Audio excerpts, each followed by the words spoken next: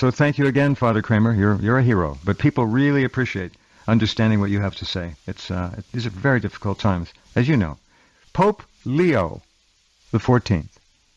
What's his status right now? How is the scam unfolding? How are they doing with him? Are they on schedule? What do you think? There was just a report that came out on a YouTube channel, which is quite a good channel, Return to Tradition, where they pointed out that Prevost, Leo XIV, has a history of protecting the pedophiles in the diocese where he was bishop. Now, who is this again, please? Protecting them? Leo XIV. So this character now has a history of protecting pedophiles. Okay, I just want to get that real clear. Go ahead, please. This came out during the time just before the conclave, when the name of Prevost was mentioned as a dark horse candidate to become pope. This information surfaced that he had a history of protecting these abusers of little children. Okay, all right. I'm not terribly surprised to hear this. The amount of pedophilia that is being covered up, I think, would be a stunner to most people, but it's the truth. It is. I don't know how we're going to deal with this. How are Catholics supposed to deal with something as outrageous as exactly that? I don't know.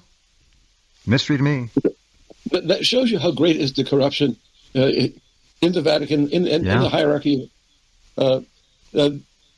These people have infiltrated the ranks of the clergy, not because they have any divine calling to the priesthood, but these are people who are predators who know that they can have access to children, they can have access to young people by becoming priests.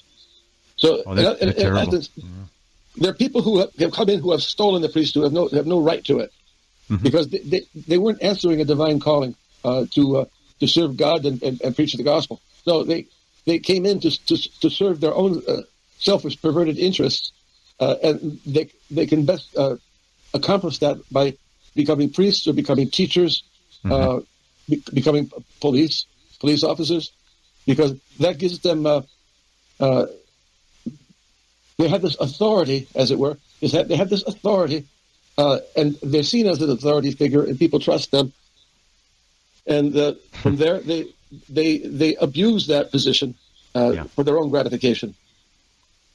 I think it's an old theme, Father Kramer. I think this goes back about as far as we can imagine. Power corrupts absolutely. Fair statement. Very fair. And unfortunately, so many of the bishops are just bureaucrats. And they just want to make it. Can we not sort of knock on any door and find the same bureaucrat mentality, same bureaucracy? When there's power involved and corruption, it seems to attract these evil people, and they are evil people. Go ahead. Yeah, but the ones in power, even some of them who are not guilty of doing that themselves, right. They're more interested in preserving the status quo. They're more interested in preserving the power structure. Well, so they want to make the problem go away. They want to sweep it under the rug. Got it. Yeah. Well, it won't stay under the rug indefinitely. They can sweep all they want. Do you see any kind of a breakthrough or a breakout of real, honorable truth among the hierarchy of the church? Is that in the cards? Is it even possible? Can it happen? I am not in any way knowledgeable about this really, but to me it doesn't seem like it can happen. Under the present circumstances, I don't see it happening under the present circumstances. It will happen eventually, but not under the present circumstances. Okay. It is when Catholicism is going to be so persecuted, and when Catholics are going to be driven underground and go into hiding, that's when that counterweight against all of this corruption is going to finally receive the divine favor, and by God's grace, it's going to prevail. The Davids are going to prevail over the Goliaths. Is this going to happen? All right, is this a correct statement? Nothing is going to change much at all. It just isn't, unless there's a divine intervention of some kind.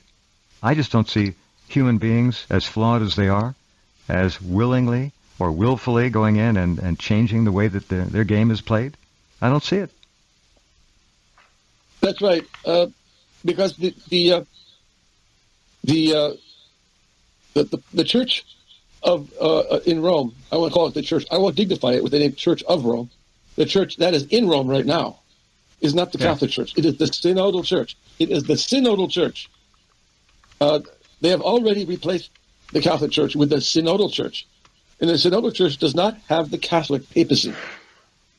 What it has is a chairman of the board type of pope who is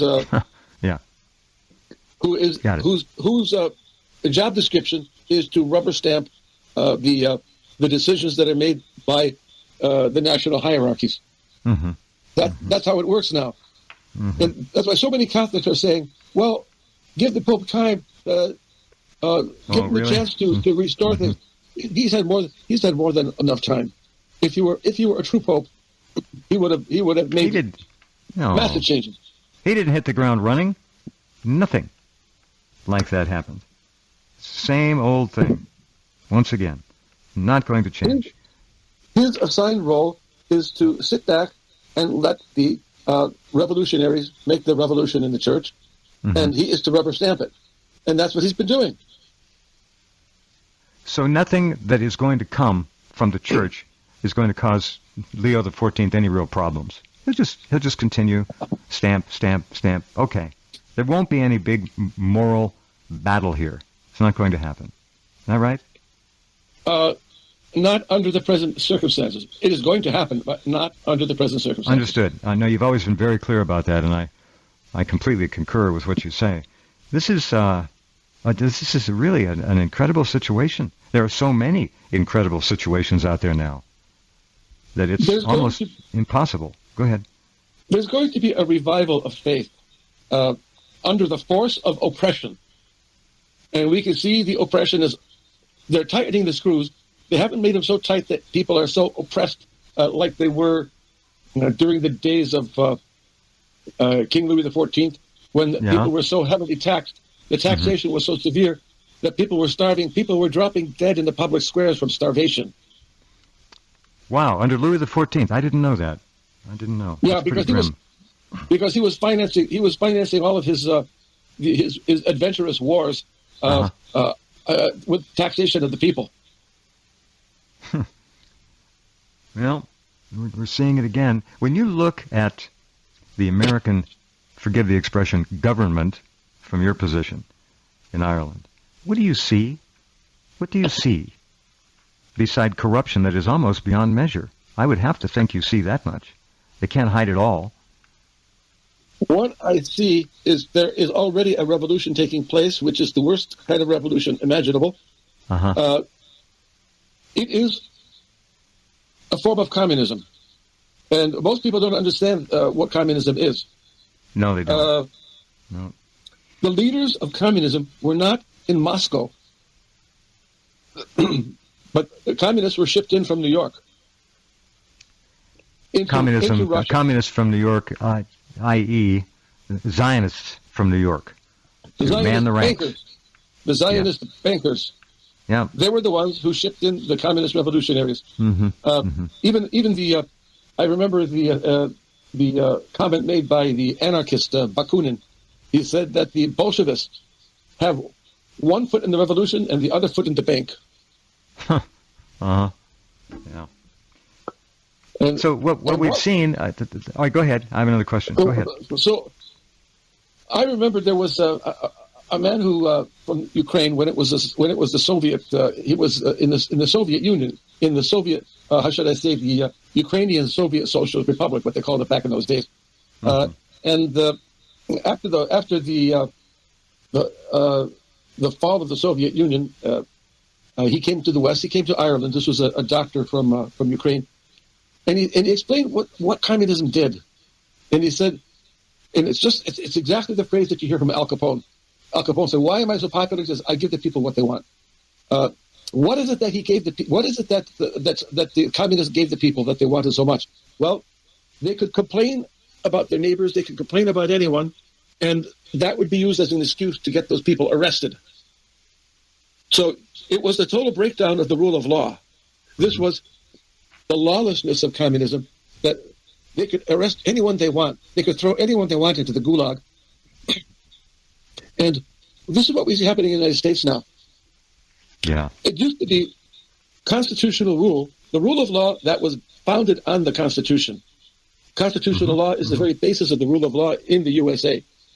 And that is all gone now, because once the rule of law becomes a privilege that is granted by the generosity of the government, then the rule of law already has been abolished. And that's what we see happening now. That had happened now, because now selectively the government can deny the right to due process to anyone that they want to take it away from. And it's happening. Our due process is so disconnected from being equally applicable to most human beings here now. It's not funny. It's very sad. And that whole idea of equal protection under the law, that's the 14th Amendment. No. You get rid of the equal protection of the law, that everyone equally has the right to due process. That means not only U.S. citizens, but even anybody who is legally resident has the right to due process of law. Mm-hmm. And when it comes to criminal prosecution, even illegal aliens have the right to due process of law. When it comes to criminal prosecution, they have the right to be presumed innocent until proven guilty. Whether it's robbery or burglary or anything like that, that right is not that they don't have the right to the presumption of innocence because they're illegal immigrants.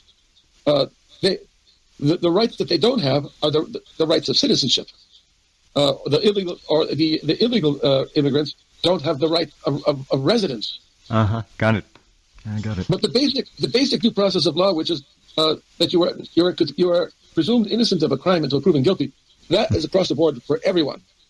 That's the rule of law in a civilized society. In a civilized society, and that's the question now. Just how civilized is this society right now? Anymore? Any longer? I don't have the answer. What we see now is something I never dreamt I would see this happen in the United States with my own eyes. But I see the videos, I see the reports, and it's rampant now. As much as people who try to defend the indefensible and defend the government, and they'll say, well, the government is up against so many millions of illegal immigrants that they have to they cannot use the ordinary rules. The ordinary rules can't apply. Oh, you're saying that they're saying that the rule of law has to be suspended. Now, when the rule of law is suspended, we have a dictatorship. Now, there's a $50 million lawsuit now against ICE because $50 million, yeah. This is a recent case. There was a man, I forgot his first name. His surname is Shuhad, Mr. Shuhad. He's the owner of a car wash. And the ICE, without any warrant, without any exigent circumstances, without any probable cause, they came in to arrest people who worked in the car wash. Now, this man, the owner, 79 years old, he ran into the building to get the documents because he had the documents to prove that all of his employees were legally resident in the United States, legally employed. And the ICE chased him in and very violently, forcibly knocked him down to the ground. Then they went out and were arresting a man who was legally residing and legally working in the United States. And Shuhad came out to protest what they were doing, and they very violently knocked him down to the ground, and they were beating on him. And they arrested him and took him into federal detention. And he was 11 hours. He was severely injured. They did not give him any medical treatment. No, but this is a U.S. citizen. They did this to. They had no probable cause. In fact, they had no case against anyone there. Right. They're just acting out of hunger. There are foreign people who speak with foreign accents, people who appear to be people born abroad. That was all they needed. In their own mind, that's all they needed was to barge in and start arresting people. Because this is so rampant now, it is very clear this is their modus operandi. This is the protocol they follow, that you barge in, arrest people first, even without any probable cause. You arrest them first and sort it out later. Well, that goes back to the thing that we often say on this program. It's no longer a system of justice. It's just us, as in them. So it's them, just us. That's the justice we have. And it's sad to say, but I see evidence of this all the time in the headlines, practically every day. Another case that just happened, don't know. Another case that just happened a few days ago. ICE in their unmarked cars, no sirens or anything.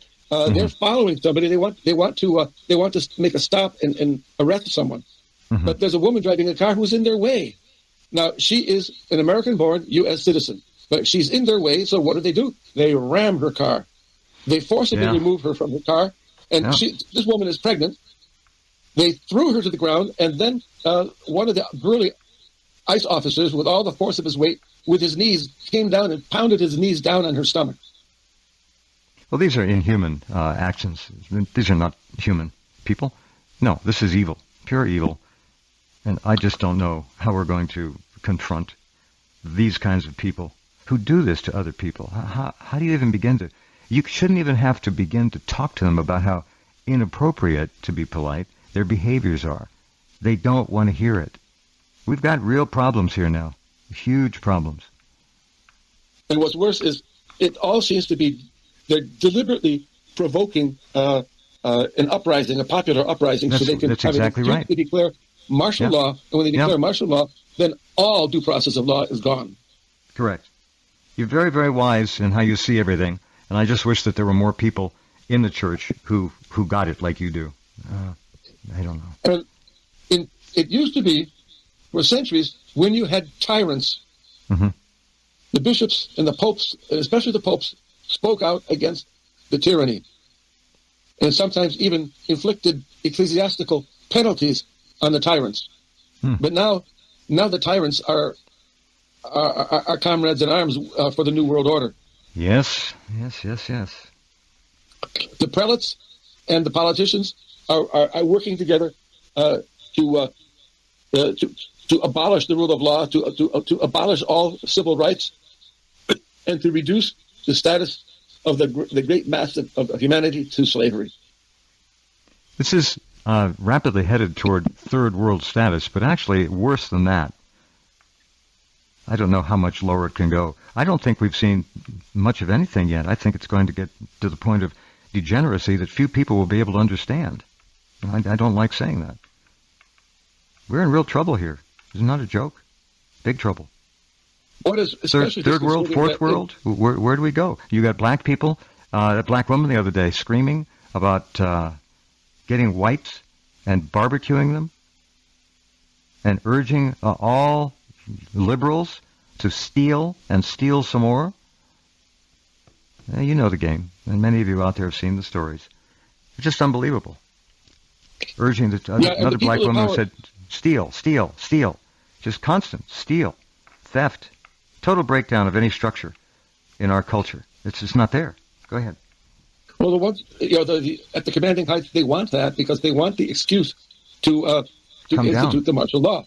That's so right. You've got to have these people who are, based in practical terms, they are anarchists, and you've got to have this. You've got to have these anarchists in order to create all the disorder, so that that's correct. In the name of order, they can abolish all civil rights and all due process of law. Right. And this is going according to plan. What is very chilling is when you see that this is premeditated. It's been going on for a long time. Donald Trump didn't invent this kind of dialectic for creating the problems so they can impose a solution. This goes back a long time. Again, Trump is just a hired manager who's playing his role. He's a very distasteful hired manager, too. Disgusting. We're in trouble here, Father Kramer. I don't see it rectifying itself or somehow remedying itself. I don't see it. I just wish I could say something positive. I don't see the people rising up and insisting upon morality, kindness, courtesy, accountability, No one's at blame anymore. It's not my fault. No. Well, what the present regime is offering is a solution of brute force. Brutality all the way. Correct. That's Stalin. it. That's what we're getting. We're getting Stalin in a business suit. Trump said yesterday he really doesn't see how he could run for a third term. I don't pay any attention to that at all. I think anything's possible. His ego is so big. Yeah, go ahead. He doesn't need to run for a third term according to his plan. Do you remember in the campaign when he was talking, he was addressing the Christians, and he says, "This is the last time you'll ever have to vote." I remember that very clearly. Yeah. What does that mean? He wasn't joking. No, that was no joke. What does it mean? This is the last time you'll ever have to vote? It means this is the last time you'll ever have elections. That's exactly what it means. You're precisely on the money. Yeah.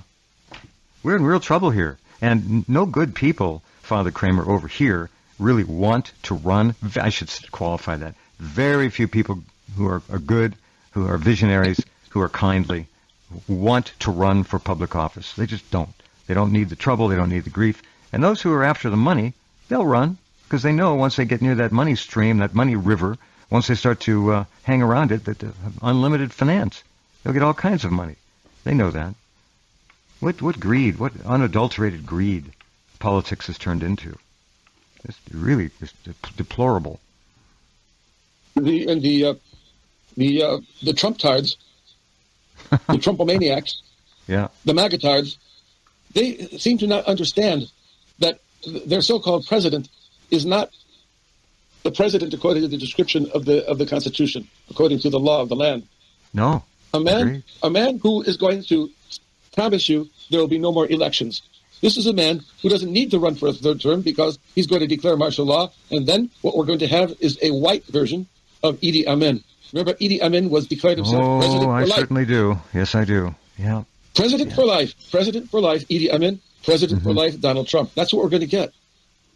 I wonder how many people ultimately it was that Idi Amin slaughtered. There was cannibalism involved. There was all kinds of stuff. It's bad. So does that mean give up? Don't press the advantage if you can see an advantage? No, you've got to keep trying. If you give up, what is there? Really, what is there? There's nothing left. I don't know. I don't know. What made the United States work for so long? It was the French writer Alex de Tocqueville who said, "America is great because America is good. But when America ceases to be good, it will cease to be great." That's correct. Now, he's totally right. Yeah. And the American people were Christians, whether they were Catholic, whether they were Protestant. They were their whole education and upbringing was founded on this idea of the Golden Rule, of the Ten Commandments. They had a practical belief, not just the profession of belief, but a practical belief that translated into the morality, the public morality of the people, right. The common morality of the people, based on Christian values, and that's what made America work. And unless we return to the Christian values, the Christian moral values, the country is going to fail as it's failing now. And Trump is not offering any solution in that regard, because I remember, again, another time during the campaign when Trump was addressing the Christians. And he says, "You Christians," and then as an aside, he adds in, "I'm not Christian." Do you remember that? I certainly do. The guy has said absolutely outrageous things, and it just seems to have skated on by most people's consciousness. He's not a good man. Sorry. You judge people by their actions and their statements. And he has a lot of terrible things out there that he's said and pronounced. Yeah, you're right. America used to be the light to the world. It's not anymore. And I don't see how it's going to recover. I wish I could say, I don't see it. I don't see it. Trump is turning the United States into a banana republic because the rule of law is being completely destroyed. The Constitution is being gutted. Now, the United States was a light to the world because it was founded on the rule of law. It was founded on the legality of the civil rights that are recognized in the Constitution and ultimately in the Declaration of Independence as God-given rights. Mm-hmm. And And that's how the USA became the beacon to the whole world. But once that rule of law is destroyed and the United States is reduced to being a banana republic, a dictatorship, a strongman dictatorship, that beacon is gone. That light is gone. And I concur. And there's nothing to fill the void. There's nothing out there to fill the void at the present time. Nothing to fill the void. So under Trump, I think it's unfortunately the American flag is now obsolete because those 50 stars would represent the states, where you have state governments, state rights under the federal government. Now, states' rights are being completely abolished, being death by 1,000 cuts. But death is death after all, and the federal government is taking over the powers of the states, and doing it in such a way that all of the rule of law under federal law and under state law is all being taken away. Under Trump, they might as well just take the 50 stars off of the flag and just put one big yellow banana in its place. Yeah, or a hammer and sickle. It's pretty unsettling to have to see things as they really are, and that's part of the advantage that the controllers have. They do have the ability to con people, and they've got the whole media on their side, and they use that all the time. I don't know. I think in 6 months, this country is going to be very much unrecognizable in terms of what it will be in 6 months. I think that's coming. I won't get into specifics because I don't know the specifics, but it's not good. And I don't know what's going on in Ireland either, but it's not good there either. No. We're in trouble. It's awful. Just absolutely awful. And the monetary system is being reformed in a very tyrannical way. Mm-hmm. It's happening everywhere. Most people don't know that their bank account, their bank balance, that's not their money. Oh no! No. That your bank balance gives you a limited claim on access to some funds, but ready funds. That's about it. Legally, it's not your money anymore. No. It's really amazing to hear us talking like this about what we're facing, but it's the darn truth. You can't hide from it. You can't play games. Oh, it doesn't really exist. It does exist, and it is extant, and it is what the plan is. So we're really not doing well. I don't know. Well, houses, for example, are being bought up by these private equity firms, and BlackRock, State Street, Vanguard, huge acquisitions of housing. Correct. And the property values are being inflated so that the property taxes can be inflated, and people cannot pay the property taxes. So people are going to be forced out of their houses, and they become homeless. And we know what the Trump regime thinks about homeless people, that they're going to be rounded up and put into camps. That's a very correct. It's a very correct and very moral statement you just made. You're 100% on the money. Speaking of money, it's all about money, and that's precisely what our immediate destiny is about. You've got it. If you were to talk to the average American on the street, I'm not putting anybody down, but they just don't have a chance to really understand what's going on. They don't. And I wish it were otherwise. We've lost our character as a culture. Yes. So many working people can't pay their mortgage, and they're driven out of their homes. They become homeless. In the United States, you have the employed homeless now. It's incredible, but that's what we have now. That's an interesting statement, the employed homeless. That's just about it. When people in 6 to 12 months begin to see the level and the sweeping destruction of property, the concept of property ownership and all of that, they're not going to know what to do. They will not know what to do. Home ownership here in Ireland is just beyond the reach of most everyone now. But to buy a house it costs so much. Mm-hmm. I had a friend who moved out of one house and bought another, and to buy her new house, the price tag on that house was more than $1 million. More than €1 million. The euro is worth more than $1, and it was more than €1 million. Her new house. Gotcha. Who can Who can buy a house for €1 million or $1 million? Not even 4 or 5 people can get together and buy a house like that in most cases. They just don't have that kind of liquid asset capital. They can't direct forth and strength through the capital markets. They just don't have it. So I don't know. I don't know. This is going to be a very difficult Christmas season for a lot of Americans and the Irish and many others in the Western world. Not going to be good. And you look in the UK now. Anybody who criticizes the government is being prosecuted. It's like the Soviet Union. It's like you criticize the government in the United Kingdom now. It's like in the Soviet Union where you get charged with anti-Soviet agitation for criticizing the Soviet government. That's what England has become. England is over. It's done. It's unrecognizable now, and I don't know.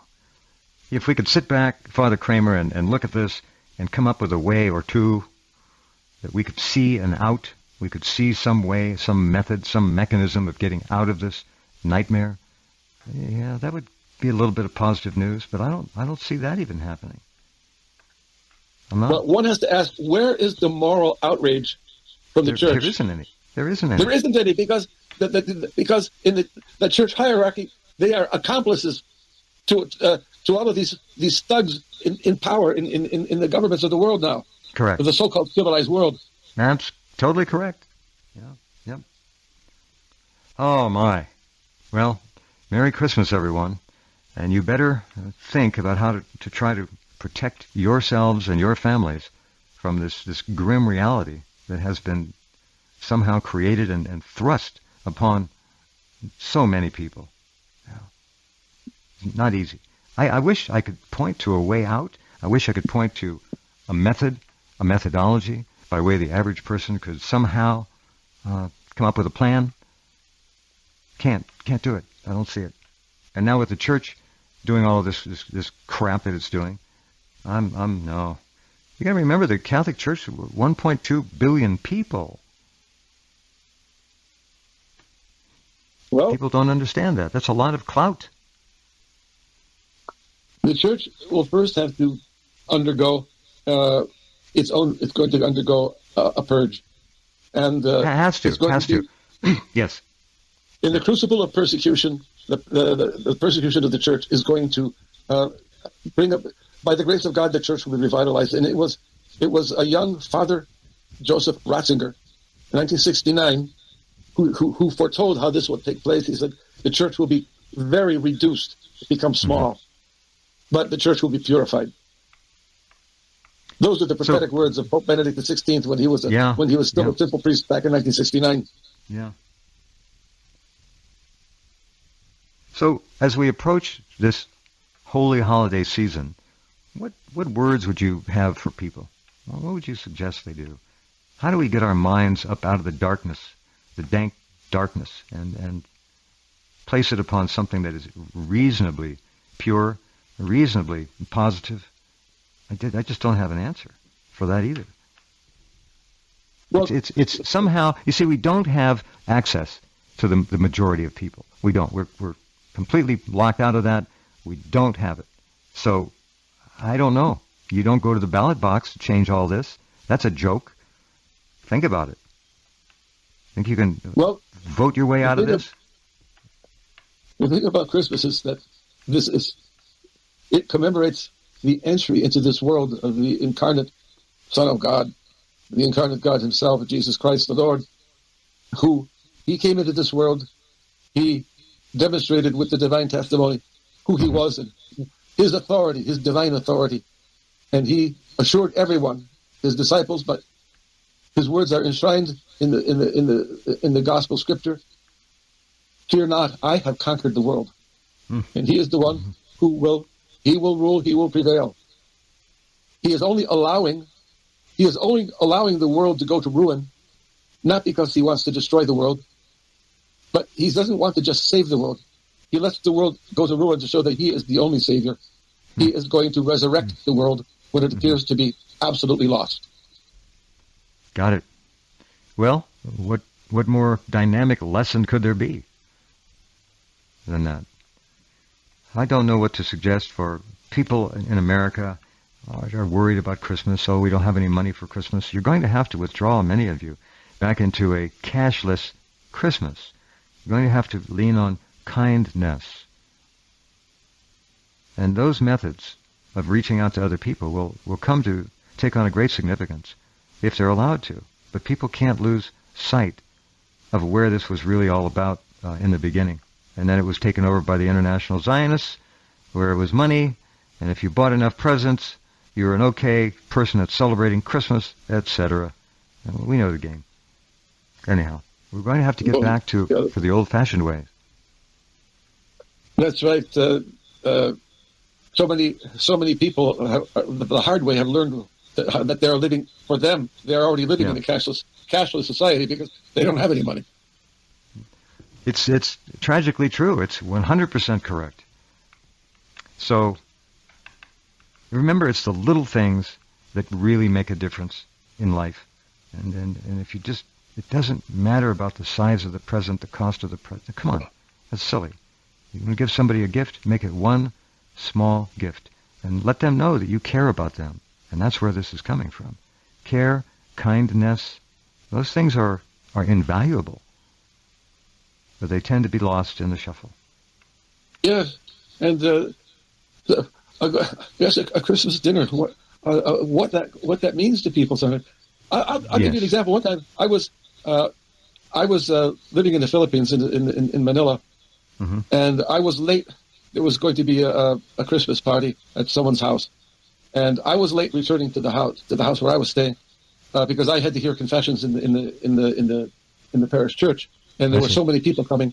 So by the time I got to the house, everybody was gone, and there was no food in the house.